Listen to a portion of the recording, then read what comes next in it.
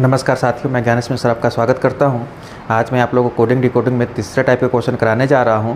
दो टाइप का क्वेश्चन हो चुका है, लेटर कोडिंग। पहला टाइप था लेटर कोडिंग और दूसरा टाइप है नंबर या सिंबल कोडिंग। ये दोनों टाइप सबसे ज़्यादा इंपॉर्टेंट है इस चैप्टर का। अभी दो टाइप और बचा हुआ है, जिसमें से मैं आज तीसरा टाइप कराने जा रहा हूँ, वर्ड कोडिंग। ठीक है, तो वर्ड कोडिंग में देखिए क्वेश्चन कैसे बनता है। ये दो टाइप में इसमें प्रश्न होगा। तो इसमें चलिए पहले टाइप में देखते हैं। वर्ड कोडिंग में देखिए क्वेश्चन दिया हुआ है, यदि किसी कोड में गुड एंड बैड को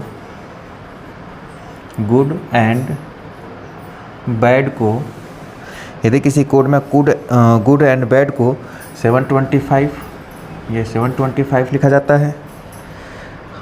वन एंड आल को क्या लिखा जाता है? 932 लिखा जाता है। दिस इज गुड को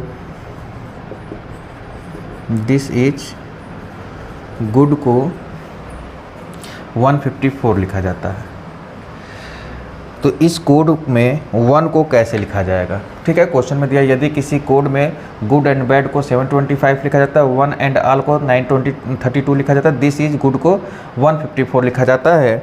तो पूछा जा रहा है कि 1 को क्या लिखा जाएगा। इसमें 1 का कोड क्या होगा, ये प्रश्न में पूछा जा रहा है। 1 का कोड क्या होगा? ठीक है, बहुत ही सिंपल होता है। ये सब कुछ आपको लिखा हुआ मिलेगा, आपको केवल मालूम करना है कि 1 का कोड क्या होगा। ये देखिए यहाँ पे 1 है। ठीक है, तो 1 का कोड यहाँ पे कोई जरूरी नहीं कि इसी ऑर्डर में होगा। 9 ही होगा, पहले में 1 है तो पहले में 9 होगा, ऐसा जरूरी नहीं है।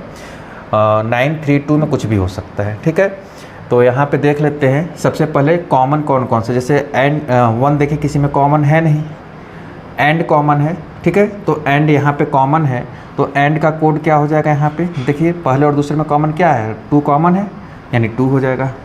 ऑल देखिए किस में दिया हुआ है? ऑल किसी में नहीं है। ठीक है, यानी 1 और ऑल किसी में नहीं है। तो यहाँ पे 1 का कोड जो होगा, यहाँ पे 1 का कोड 9 होगा या फिर 3 होगा। ऑप्शन में देख लेते क्या दिया हुआ है। पहला ऑप्शन दिया है 9, दूसरा ऑप्शन दिया है 3, तीसरा ऑप्शन दिया 9 या 3, चौथा ऑप्शन दिया डाटा पर्याप्त है। यानी तीसरा विकल्प इसका सही आंसर हो जाएगा, 9 होगा या फिर 3 होगा। इसमें अगर कोई एक कॉमन, अगर और भी कॉमन होता तो पूरा क्लियर हो सकता था। यहाँ पे 1 और ऑल ये दोनों का कोड जो हो जाएगा 9 होगा या फिर 3 होगा। ठीक है, अगर गुड का अगर कोड पूछा जाता, ठीक है, इसका आंसर आ जाएगा 1 का कोड क्या हो जाएगा? 9 या 3।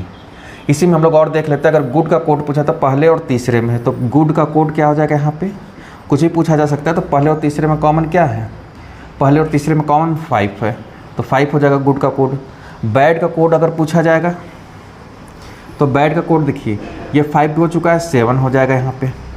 ठीक है, ऑल का कोड पूछा जाएगा तो ऑल का भी कोड क्या हो जाएगा? यहाँ पे ऑल का कोड हो जाएगा यहाँ पे 9 या 3, क्योंकि ये दोनों का कोई क्लियर नहीं है। 9 भी हो सकता है और 3 भी हो सकता है। दिस और इज दिया हुआ है, यहाँ दिस और इज में भी वही चीज़ हो जाएगा। देखिए 5 हो चुका है यहाँ पे। दिस का अगर कोड पूछा जाएगा तो दिस का कोड हो जाएगा यहाँ पे 5 हो चुका है, 1 या 4 हो सकता है। या फिर इज का कोड पूछा जाएगा तो ये भी इसमें से कुछ भी हो सकता है, मतलब 1 या 4 हो सकता है। ठीक है, तो इसी तरीके से प्रश्न होता है। कोई एक वर्ड आपसे पूछा जाएगा, अभी इस पर 1-2 क्वेश्चन और अभ्यास करेंगे हम लोग तो और अच्छे से क्लियर हो जाएगा। ठीक है, चलिए अगले प्रश्न की तरफ देखते हैं। ध्यान से थोड़ा सा देखिएगा, समझ में आ जाएगा। अगला क्वेश्चन दिया हुआ है, लिखा हुआ है यदि किसी कोड में यू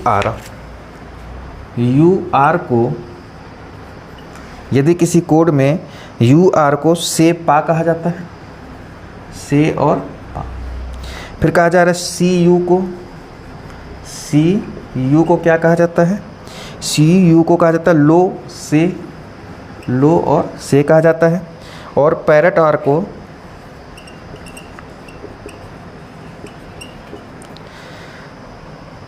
नी पा कहा जाता है। ठीक है, तो इसी कोड में सी पैरेट को क्या कहा जाता है? पूछा जा रहा है सी पैरेट को क्या कहा जाता है। ठीक है, ये पूछा जा रहा है। तो यहाँ पे देखिए सी यहाँ पे है और कहीं पे सी दिख रहा है? नहीं दिख रहा है। यू का देखिए दिया हुआ है, यू पहले और दूसरे में है तो यू का क्या हो जाएगा? यहाँ पे यू का हो जाएगा पहले दूसरे में से कॉमन है तो सी हो जाएगा। तो सी का क्या हो जाएगा? यहाँ पे लो हो जाएगा। ठीक है, समझ में आया। सी का कोड क्या हो जाएगा, ये बचा लो है, बचा लो हो जाएगा यहाँ पे। इसके बाद आर देखिए पहले और तीसरे में है, तो पहले तीसरे में कॉमन क्या है, पा कॉमन है, तो बचा क्या यहाँ पे नी आ जाएगा। उम्मीद है समझ में आ रहा होगा। विकल्प नंबर 20 का सही आंसर हो जाएगा लो और नी। ठीक है, ये आंसर हो जाएगा। अगर यहाँ पे यू का पूछा है तो से हो जाता, आर का अगर पूछा जाएगा तो पा हो जाएगा यहाँ पे। ठीक है, तो इस तरीके से क्वेश्चन करते, बहुत सिंपल होता है, कुछ है नहीं, बस देखने में जब आप जानते नहीं रहते हैं तब आपको लगेगा कुछ अलग टाइप का प्रश्न है, जबकि कुछ है नहीं। चलिए एक और क्वेश्चन इसी पे देखते हैं। अगला क्वेश्चन दिया हुआ है, यदि किसी कोड में नी बा पे, नी तीसरा क्वेश्चन है ये, बा और पे, यदि किसी कोड में नी बा पे को ही इज ऑन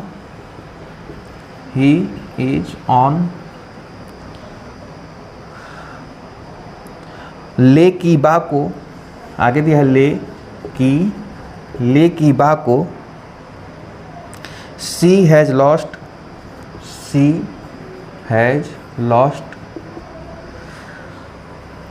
नी से पे को नी से पे को ही ऑलवेज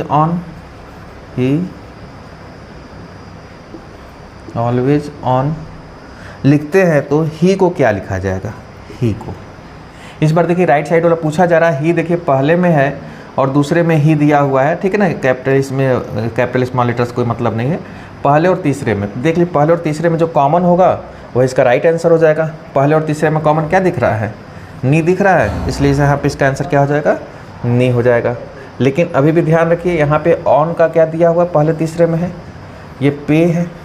ठीक है ना, तो यहाँ पे ऑप्शन से देख लेंगे तो क्या हो सकता है, यहाँ पे भी हो सकता है। यहाँ पे जैसे हम लोग पहले क्वेश्चन में देख रहे थे, तो ऑप्शन के हिसाब से देखा जाएगा तो ऑप्शन में तो इस तरीके का ऑप्शन दिया नहीं है, इसलिए इसका सही आंसर चौथा ऑप्शन हो जाएगा, डाटा अपर्याप्त है। अगर ये विकल्प दिया होगा तो आंसर यही हो जाएगा, अगर ये विकल्प नहीं दिया है तो आंसर हो जाएगा डाटा अपर्याप्त है, क्योंकि ये क्लियर नहीं है कि नी होगा या फिर पे होगा, क्योंकि यहाँ पे पहले में ही, तीसरे में ही है तो नी और नी है, और पे दोनों में कॉमन है। ठीक है, ऑन भी दोनों में है, इसलिए यहाँ पे ये क्लियर नहीं होगा, इसलिए नी या पे इसका राइट आंसर होगा। और जब ये विकल्प में नहीं दिया है तो चौथा विकल्प डाटा अपर्याप्त है, इसका सही आंसर हो जाएगा। ठीक है, और भी आगे क्वेश्चन देख लेते हैं।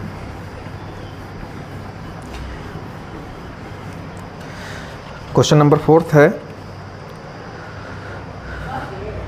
ने पी ले। क्वेश्चन नंबर 4 है, ने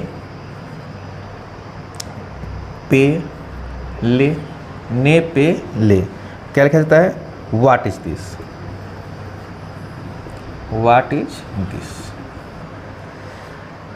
बोले से को क्या लिखा जाता है, दिस इज दैट ओके, और सी नी डी को क्या लिखा जाता है, सी नी डी को लिखा जाता है दैट वाज इजी। ठीक है, तो पूछा जा रहा है ओके का कोड क्या होगा, ओके का। तो यहाँ राइट साइड में ओके यहाँ पे दिया और कहीं पे है नहीं कॉमन में, तो देख लेते इज कहीं और है, इज पहले और तीसरे में, तो इज का पहले निकाल लेते क्या होगा, पहले और दूसरे में क्या है कॉमन, देखते हैं पहले ले है, यानी इज का कोड हो जाएगा यहाँ पे ले। ठीक, अब दैट देखिए दूसरे और तीसरे में है, तो दूसरे तीसरे में कॉमन क्या है, से कॉमन है, तो बचा ओके का क्या बचेगा, बो, यही इसका राइट आंसर हो जाएगा। अब उम्मीद है समझ में आ रहा होगा बहुत अच्छे से। ठीक है, चलिए एक और क्वेश्चन देख लेते हैं।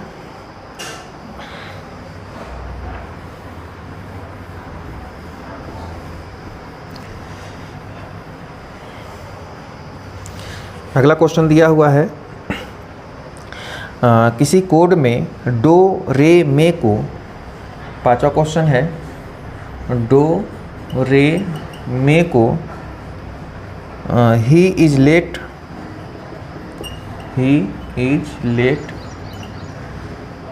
फा में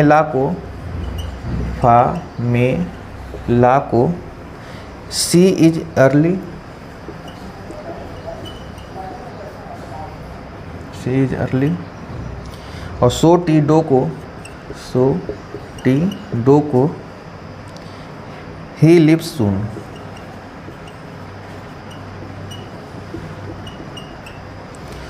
तो लेट का क्या होगा, ये प्रश्न में पूछा जा रहा है। लेट देखिए यहाँ पे दिया हुआ है, ठीक है ना, और लेट किसी में है नहीं। ही देखिए पहले और तीसरे में दिया है, तो ही का क्या हो जाएगा, यहाँ पहले और तीसरे में कॉमन क्या है, डू है, तो डू हो जाएगा, ठीक है। और इज देखिए पहले और दूसरे में है, तो पहले और दूसरे में कॉमन क्या हो जाएगा, मे हो जाएगा, ठीक है ना। इज का क्या हो जाएगा, यहाँ पे मे हो जाएगा, मी हो जाएगा, मी या मे कुछ भी पढ़ सकते हैं। तो लेट का क्या बचा, लेट का बचा रे, तो इसका आंसर क्या हो जाएगा, रे, ठीक है। 5 क्वेश्चन मैंने बता दिया, इस पे 2-3 क्वेश्चन आपके स्क्रीन पे आ गया होगा, आप इसको अपने से प्रैक्टिस करके कमेंट बॉक्स में आंसर दीजिएगा। तो इसमें एक टाइप का क्वेश्चन हो गया वर्ड कोडिंग में। अब दूसरे टाइप का क्वेश्चन कैसे होता है वो मैं बताता हूँ।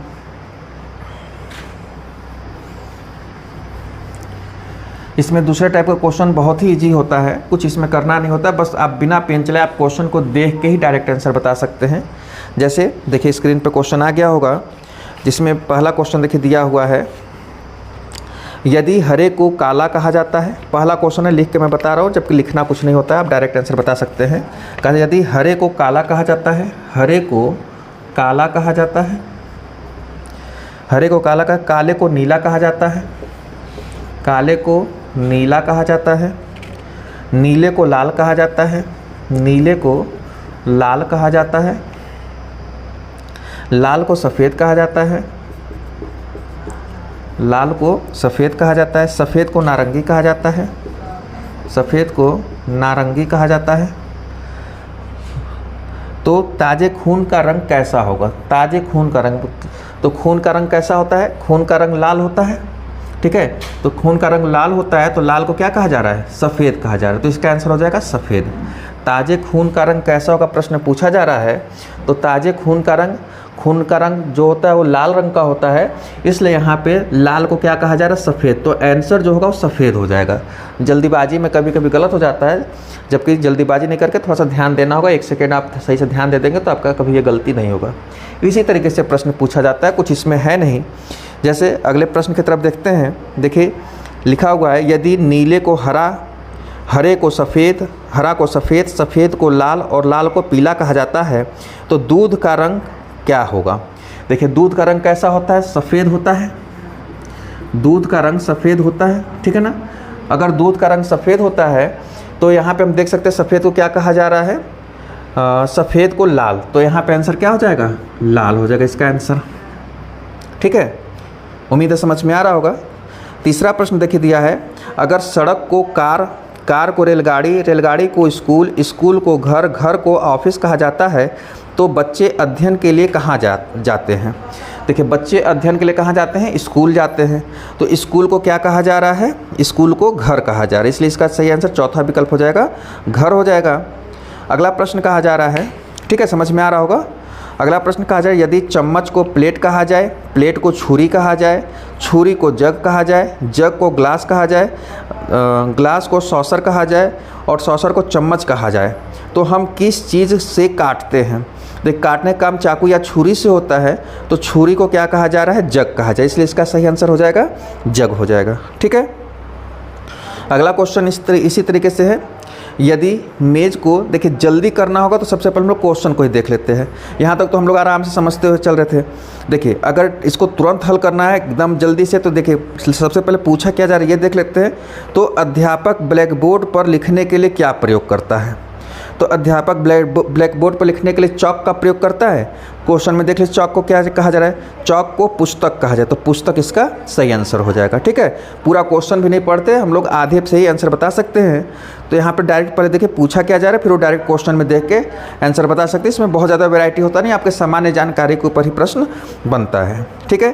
जैसे छठा प्रश्न है, कहा जाए तो हल्दी पाउडर का रंग कौन सा है, तो हल्दी पाउडर का रंग कौन सा है, हल्दी पाउडर जो होता है वो पीले कलर का होता है, तो पीले को क्या कहा जा रहा है, पीले को हरा कहा जा रहा है, इसलिए इसका चौथा विकल्प हो जाएगा इनमें से कोई नहीं, क्योंकि हरा विकल्प में नहीं दिया है, इसलिए इसका आंसर हरा हो जाएगा, ठीक है दोस्तों, समझ में आ रहा होगा।